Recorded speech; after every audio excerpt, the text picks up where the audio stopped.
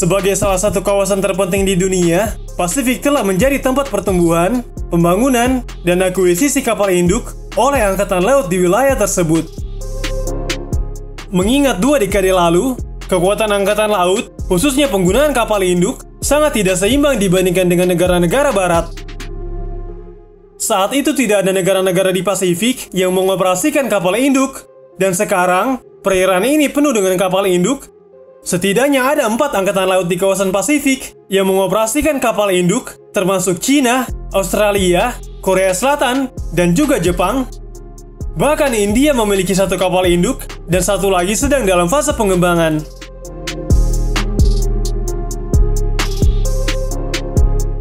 Meningkatnya ketegangan di Pasifik yang dipicu dari agresi Cina adalah faktor utama negara-negara sekitar membangun kekuatan kapal induk di kawasan Asia Pasifik. Adanya sengketa wilayah seperti di Laut Cina Selatan dan Laut Cina Timur telah mendorong kekuatan militer di sana untuk meningkatkan kemampuannya guna mengamankan klaim masing-masing wilayahnya karena sifat geografis Pasifik, yaitu wilayah yang dipisahkan oleh sejumlah besar air, menekankan betapa pentingnya kekuatan dari Angkatan Laut. Untuk memastikan kekuatannya tidak tertandingi, kapal induk selalu menjadi puncak dari kekuatan sebuah angkatan bersenjata suatu negara. Kemampuan mereka untuk melakukan serangan menggunakan pesawat tempur maupun helikopter adalah bukti dari kekuatan utama kapal induk, ditambah dengan kemampuan bertahannya untuk melindungi dari serangan udara terhadap armada yang beroperasi dengan mereka. Melihat konteks di Asia Pasifik, terlihat jelas bahwa angkatan laut di kawasan itu berlomba-lomba membuat kapal induk terkuat. Cina misalnya berambisi menjadi kekuatan laut utama di Pasifik dan akhirnya berhadapan langsung dengan armada Pasifik Amerika Serikat.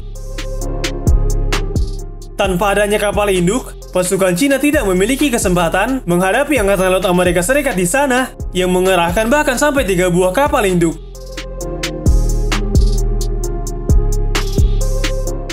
Perseteruan di Laut Cina Selatan dan Laut Cina Timur yang dimulai oleh Cina mendorong negara-negara sekitar membangun kapal induknya sendiri. Dengan perairan Pasifik yang semakin padat dengan kehadiran kapal induk, bagaimana tanggapan dari angkatan laut kecil hingga menengah seperti Indonesia? Untuk saat ini, berlomba mengikuti negara-negara besar tersebut tampaknya bukan pilihan bagi Indonesia.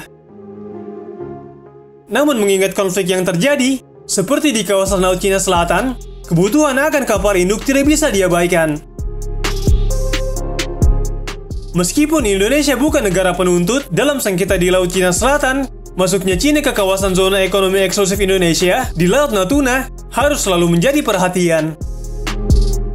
Ketidakpedulian Cina terhadap ZEE Indonesia semakin memperburuk ketegangan di sana, walaupun logis di mana Cina adalah negara dengan kekuatan militer terkuat di Asia saat ini.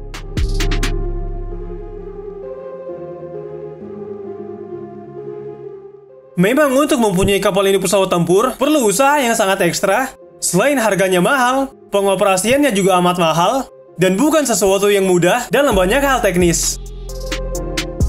Bayangkan Amerika Serikat yang membangun sendiri kapal induk, USS Gerald R. Ford, mencapai 12,8 miliar US dollar, jumlah yang tidak sedikit untuk ukuran Indonesia, angka yang lebih besar dari anggaran pertahanan Indonesia dalam setahun. Belum lagi pengoperasiannya yang mencapai 7 juta dolar per hari, atau setara dengan 102 miliar per hari, sungguh bukan jumlah yang kecil bagi Indonesia. Namun bila yang menjadi rujukan adalah kapal induk helikopter, tentu ini sangat realistis, dan secara teknologi, sudah memungkinkan dibangun oleh industri strategis dalam negeri. Bahkan saat ini, TNI Angkatan Laut sudah mengoperasikan 5 kapal LPD, Landing Platform Dock, yang mampu membawa helikopter. Dalam konteks dukungan pada operasi tempur, helikopter Carrier akan memenangkan peranan vital.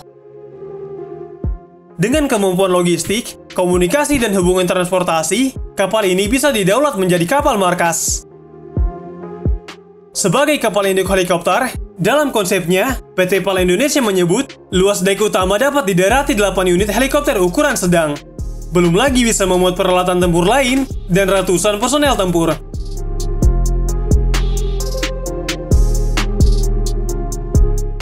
kapal induk memang sama sekali tidak masuk dalam kajian pengadaan alutsista Indonesia. Beberapa waktu lalu, TNI sedang gencar memperkuat industri pembuatan kapal perang dan kapal selam. Selain itu, potensi Indonesia yang kaya akan pulau-pulau yang bisa dimanfaatkan menjadi kapal induk. Salah satu pulau yang akan difungsikan seperti kapal induk, yakni Pulau Biak, Papua. Pulau yang terletak di utara Pulau Papua ini memang memiliki sejarah yang panjang sebagai pangkalan utama Belanda hingga Jepang saat menduduki wilayah Indonesia. TNI pada saat ini memang tengah berencana melakukan pembangunan pulau kapal induk di titik-titik strategis wilayah Nusantara. Untuk wilayah barat akan dibuat di Pulau Natuna, sementara wilayah utara akan dibuat di Pulau Morotai, kemudian di wilayah selatan akan dibuat di Pulau Samilaki.